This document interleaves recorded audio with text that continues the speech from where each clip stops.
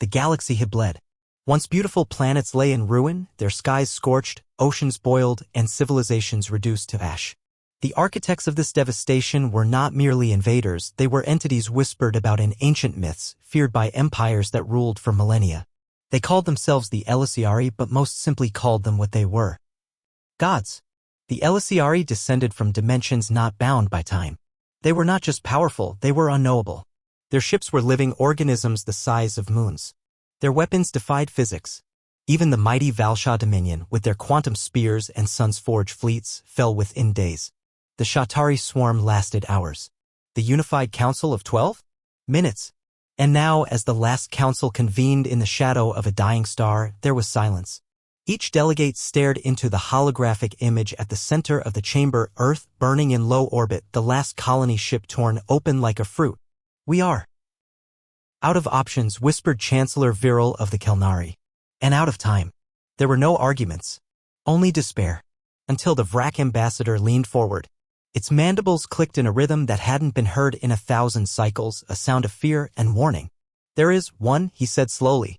"A species buried in exile. One we all swore never to contact again." The chamber stirred. Even the atmosphere regulators seemed to pause. "You cannot mean," Viral's voice trembled. The Vrak nodded. "The Terrans, the humans." Gasps echoed. A few delegates stood in protest. "They are extinct," someone cried. "They are hidden," the Vrak hissed. "On the death world they call Earth. The gods fear them." No one laughed. Because it was true. 1,000 years ago, humanity had ascended faster than any known species. Their science bent the stars, their minds cracked entropy. But it was their rage, their stubbornness, their will to never die quietly that terrified the galaxy. They did not adapt to war, they thrived in it. In the War of 10 Suns, they turned neutron stars into weapons. In the Skarn collapse, they detonated a pocket universe to wipe out a single fleet. In the Eshtar siege, one human soldier held a bridge against 5,000 elite warriors for 6 days, refusing medical attention, laughing through broken ribs and blood-choked lungs. So the galaxy conspired. They labeled humans unstable, too dangerous, unfit for galactic harmony. They sealed the Sol system, erased the star maps, and silenced their name. And the humans vanished, sealed inside their own prison. Until now, the decision was made. Quietly. Desperately. A beacon was launched toward Sol, old code, and ancient Terran frequency. "Help. You win. Whatever you want." It was not a ship that arrived. It was a ripple. Reality twisted like a sheet in the wind. Then it tore. From the rent stepped a single human. He wore no armor. No weapons. Just old Terran fatigues, burned at the edges, and a necklace made of shattered alien metals.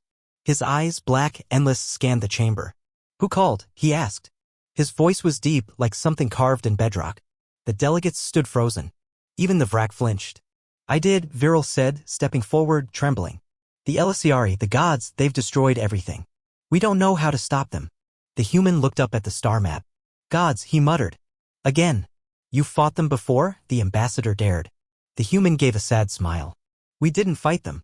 We hunted them." Then he walked to the center, cracked his knuckles, and said, "Show me where they are." What followed was not a war. It was an extinction. The gods, once so unstoppable, suddenly faltered. Their wormships shattered mid-warp. Their time-bending weapons imploded. Their living armor screamed as it died. And the human laughed. On the battlefield, he fought alone, bleeding, burning, howling like something feral.